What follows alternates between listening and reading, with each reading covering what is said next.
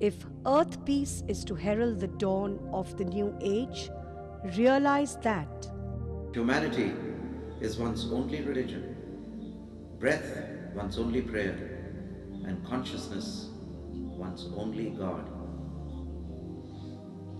in order to further his vision of new life awakening for earth peace and the evolution of human consciousness, Yogi Raj Siddhanath founded the Hamsa Yoga Sangh, a non-profit organization.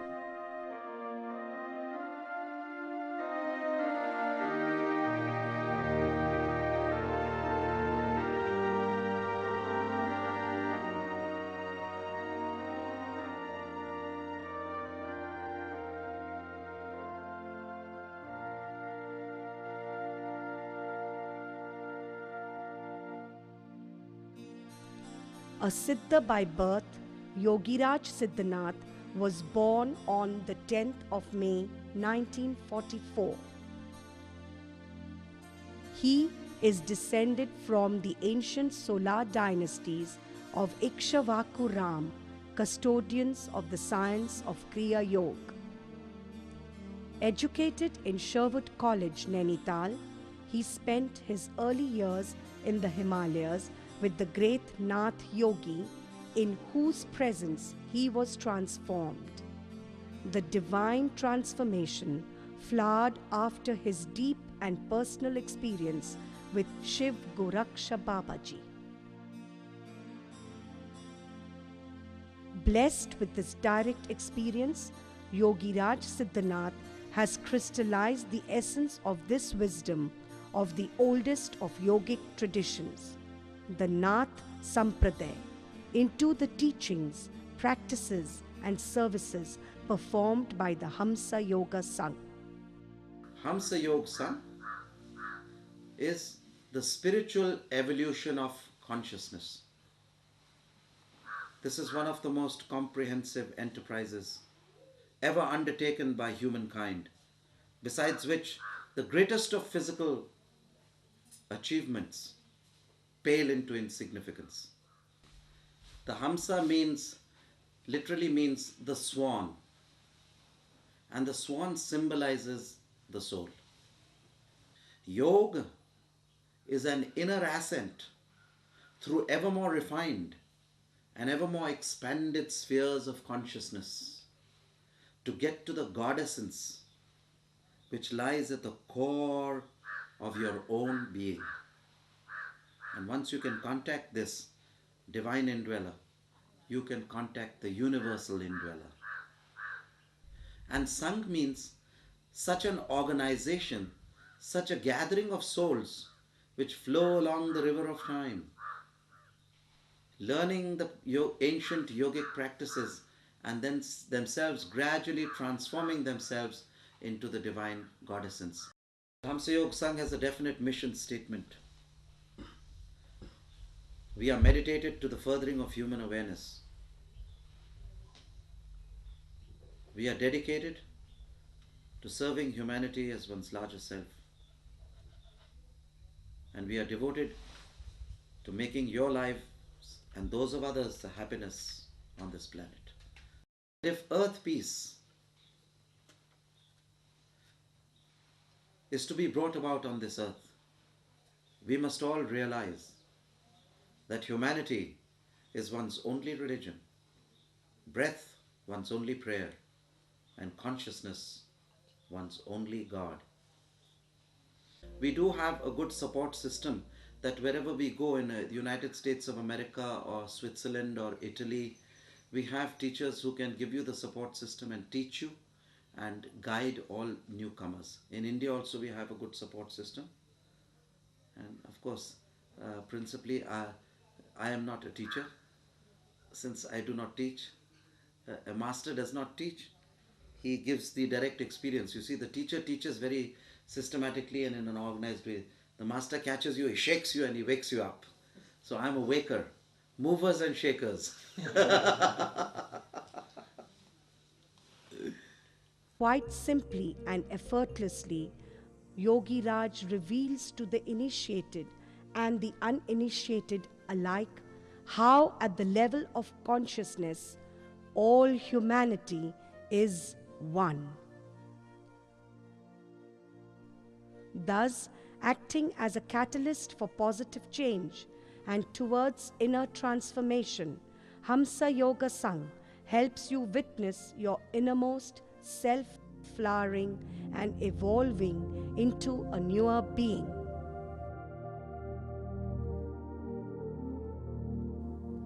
Let not precious moments slip by. Seek now the ultimate truth. Jiva Hamsa, spread your wings to fly, immortal realms which death defy. Once I split the electron, I go into he about whom naught may be said, which people variously call asampradnat samadhi, the nirvikalp samadhi. But then too, I am pulled back again and again of past desires which bubble up from the surface of my mind's lake and pull the flying swan down again into the weeds of desire, illusion, delusion, and error. I have fulfilled all my karma for this life. I have fulfilled all my desires, and nothing can tarnish the white wings of the swan that I am.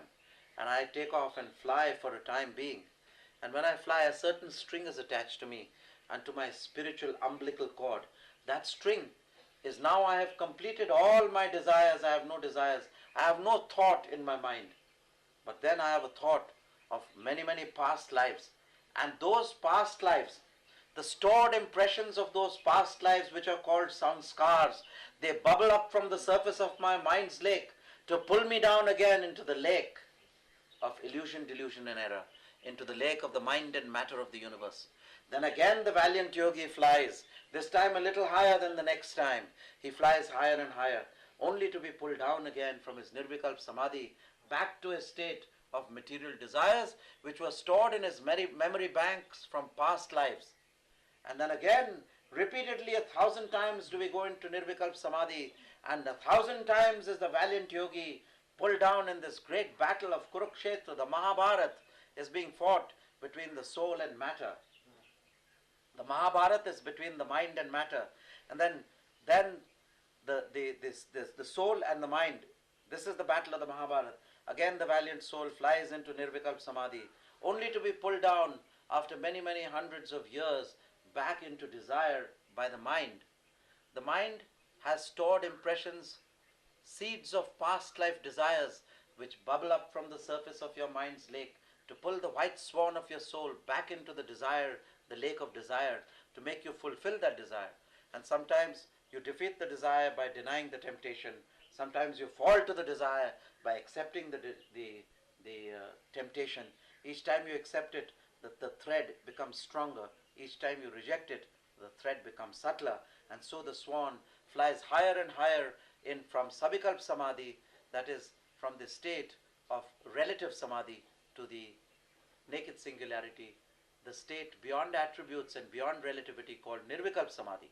And so again and again, this shuttling from sabikalp to nirvikalp goes on with the swan of the soul and its great battle with Maya called the universal mind, until every shred and thought of his desire is exhausted in the consciousness, is clear and pure. And then he enters into the stage of Nirbij Samadhi. Nirbij Samadhi is a very high stage. And then God himself, the last coming, the Divine Mother, the sweet nurse of nature, she comes for the last time to wish her child goodbye. The Universal Mother stands as a cloud in front of him. This is called the Dharmamegh Samadhi. The last barrier is the goddess herself, separating you from the Father. And she comes and showers her blessings upon you. This is called the ultimate final Samadhi of the Dharmamegh Samadhi. The Vishwamitra, the Buddha, and the Krishna have gone into this state of Samadhi. Not any old fellows like Darfree John and all these chaps who don't know what they're talking about. So when they go into this Then, when she does that, the yogi wins his final gold of God. And this showering her blessings itself is the happening, and the transition. And then she winds up all the universe, the mind and matter of the universe is wound up in a vortex, and she whirls herself into vanishing point and disappears. The yogi is eternal free. He has won his freedom. He is known as the eternal God, Ishwar Sanatan. He has crossed the rings past not and has entered the everywhere and the nowhere. He has entered the isness of the zero not zero, he about whom naught may be said. He has entered the state where he who knows it tells it not, and he who tells it knows it not. This is the state the yogi has entered, and therefore his idol worship has at this stage disappeared. So this is the story. This is your story, the journey of the soul to its parent source, the divine consciousness. Alak Niranjan Adesh.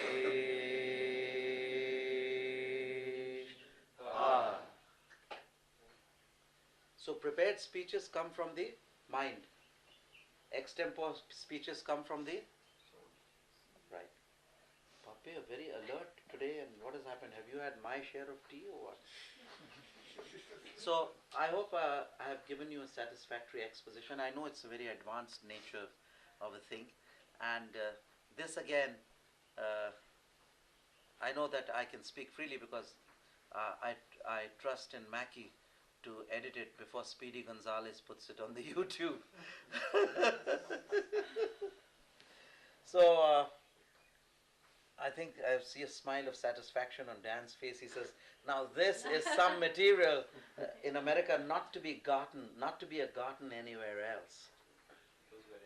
Huh? I don't know, it gets charged and inspired. It comes from the soul. So there's no preparation. So I'm pouring forth all I know. And I don't think I can give you better than this. It started from the 10 Commandments. Yes? Question for the Kriya Yogi. The star and That is the idol which you can use. The best idol that's the shape of the mind before liberation, penetrating it. And then see, where people say from Sabikalp, when you go to Nirvikalp, you're liberated. No. There's a great tennis match, up and down, you're shuttled. The enlightened being is shuttled. So once they say, in other philosophies, you go into Nirvikalp, you're enlightened. You are enlightened.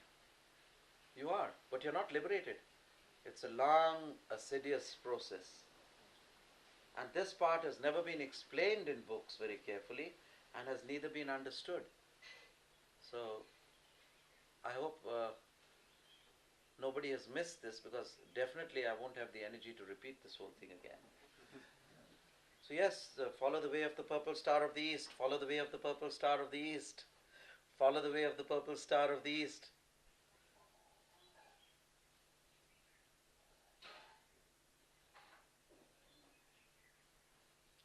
So you are naturally intellectual people, you are all scholars, you are all pandits, and plus you are yogis.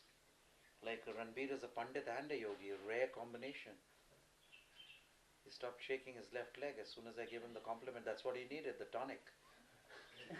The nervous energy has now fulfilled, and now he is at rest. So when you practice, you will feel the difference. And this will inspire you to practice. This will also inspire you to compare what I speak extempore with notes of other scriptures. Definitely, I'm open to you comparing it to any scriptures. Our deepest scriptures are definitely the Upanishads and the Vedantic teachings. And then there are teachings in the Christian religion, which I didn't find much in that. There was no philosophic explanation to my satisfaction. But the most thing I was impressed with is the Jewish teachings, which go pretty deep, the Zoroastrian teachings, which are pretty deep, and the explanations in books of Paramahansa Yogananda's Bhagavad Gita, which are very excellently put. So, all what I spoke to you now was the creme de la creme of what is called yoga. This is after Kundalini yoga is finished. This is the true Raj yoga. This is. I always like the Italian word. What do they say for raison d'être? They say rangione essere, something like that. Ragione essere. Ragione? Ragione d'essere. I like that. Italian is way really good. Ragione d'essere. This is the ragione d'essere of yoga.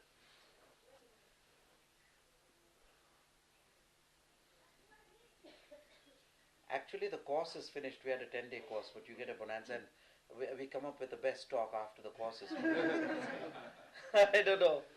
It's funny because that's why, and Ranveer knows the best that you cannot prepare or plan for Guru Nath, because he has been very frustrated in the beginning trying to plan. Okay, Guru Nath, let's get this, and so now he just doesn't ask me and plans it and does it, and then Guru Nath does what he has to do, and everything goes on fine.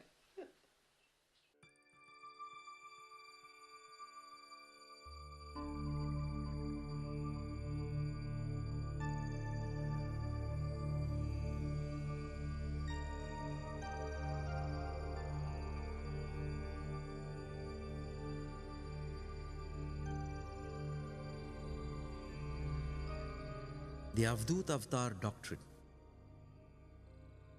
The difference between an Avatar and an Avdut is that the Avatar is the involution of divine into the human, and the Avdut is the evolution of the human into the divine. I've mentioned in my book, I've mentioned Ma Anandi My Mind in my book. So it's all wonderful and great. What would you want me to say about her? I've already said what I have about her in my book Wings to Freedom. I've mentioned my experiences with Ma Anandi My Ma. Of course, let me tell you one thing before I begin. I am a simple teacher. I'm not used to flattery. I speak English. I don't know the American ways. Sometimes they may like it sugar-coated. But in my book, I have called Anandimai Ma, as per, in my opinion, the only avatar of the century. She is the only avatar of the century. But common people around, they say so-and-so is an avatar, then there's a Durga Mata, and I honor and respect them all. Maybe I'm not worthy enough to realize that they are avatars. Let's put the blame on ourselves. But I did realize that Anandi Mai Ma was an avatar, and because I saw that on occasion she cast no shadow. The other ladies who have seen, who claim to be avatars, or who are, maybe, may not be, they cast a shadow. And the experience I had with her, that when I was touching her feet, my hands went through her feet. There was no flesh, no bone. Now, if any of the avatars or whoever you deem to be avatars can demonstrate that, then sure. There are sure signs of an avatar. People have not studied the doctrine of the avatars. I think in my book I've also, for your benefit, given the Avdut Avatar Doctrine. Who's read the Avdut Avatar Doctrine?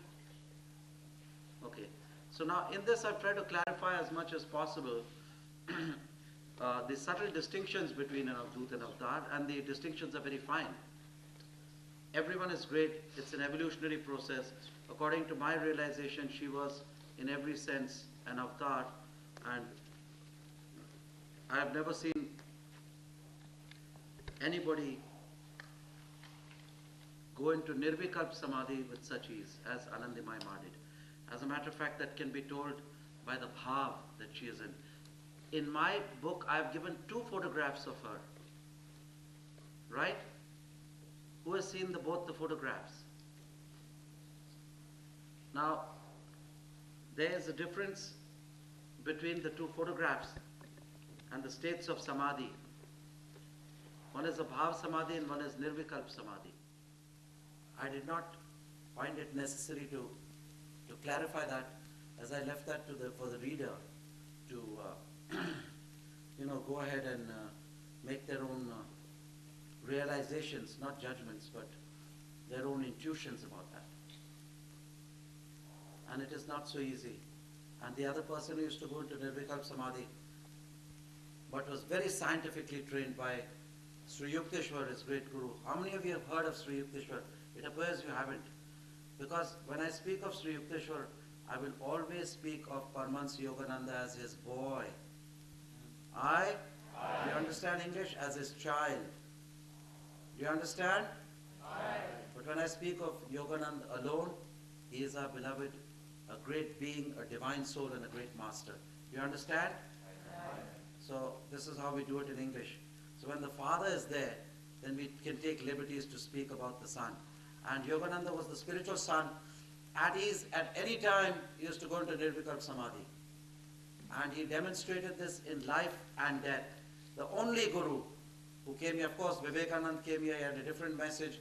He demonstrated, the only guru who demonstrated this in life and death was Paramahansa Yogananda.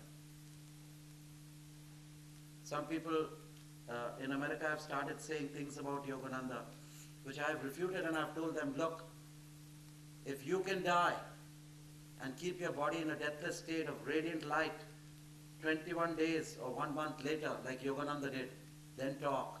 Otherwise, shut up. Have I made myself clear? So, there are people who talk, because this book came so, he was very closely related with Anandimaya Ma spiritually. There's a photo of them together, you all know about that.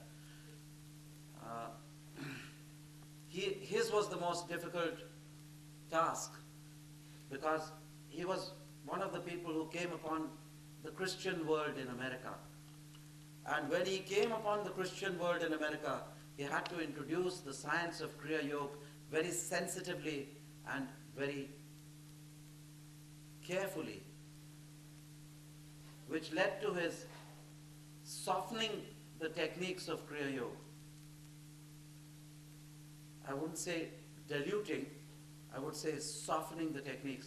So I hope you appreciate this fact that the techniques coming directly from the Himalayas would be a little different in intensity than the techniques you have got through the Self-Realization Fellowship here, which was the difficult task. Firstly, Yogananda had to soften the techniques because people couldn't sit in lotus posture, they couldn't sit in the Indian style.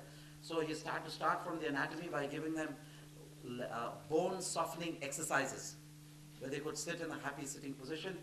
Then secondly, he had to come up against an ideology of Christianity, which he introduced very gracefully, calling Babaji the Christ, Yogi Christ of the modern world.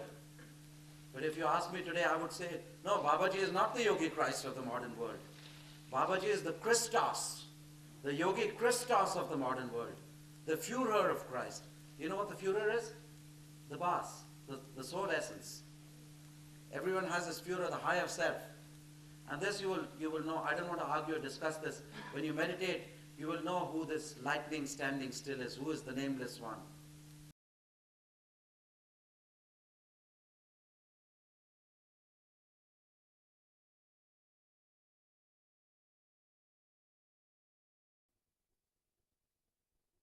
She was the bliss permeated mother. I had the good fortune to meet her on many occasions and had many sweet memories in the aura of this divine being. One rainy afternoon, I left home in haste. I was homesick and I wanted to be absorbed in her presence.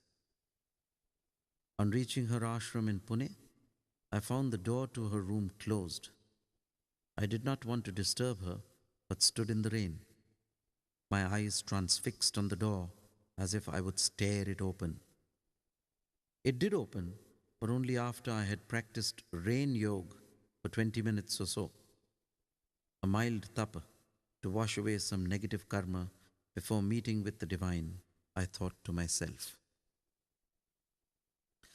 She smiled and called me indoors, saying I was a stubborn child, and so I was. Before I sat, I proceeded to touch her feet, which she normally does not permit. But as I touched her feet, I was shocked to find my hands go through her bones and flesh to touch the floor. My body was electrified at that. I remembered that an avatar is an illusion of light in the illusion of the world. It can at will, to increase a person's faith, make one experience his or her body of light. No flesh, no shadow, no karma. How can a nobody have any karma? An avataric being is karmaless when it does work in Maya. It leaves no sanskars. It's like writing on water. When the unliberated student does his daily chores or work, he creates karma. It's like writing on the sand. Uplifted and wonderstruck by this experience, I settled in a trance like state and saw her radiance flooding the whole ashram and the countryside. As my body elongated, my consciousness left it to expand and merge in her wondrous aura. I was blessed, and when I opened my eyes, the surroundings were still radiant with her presence. An hour later, she said, "You are your own Guru. Go and spread the word of the Lord in far lands." And she went into Samadhi again. In all my travels and spiritual experiences, in all my meditations and direct experiences, the realization that has dawned on me is that Anandamayi Ma is the only woman avatar of the century.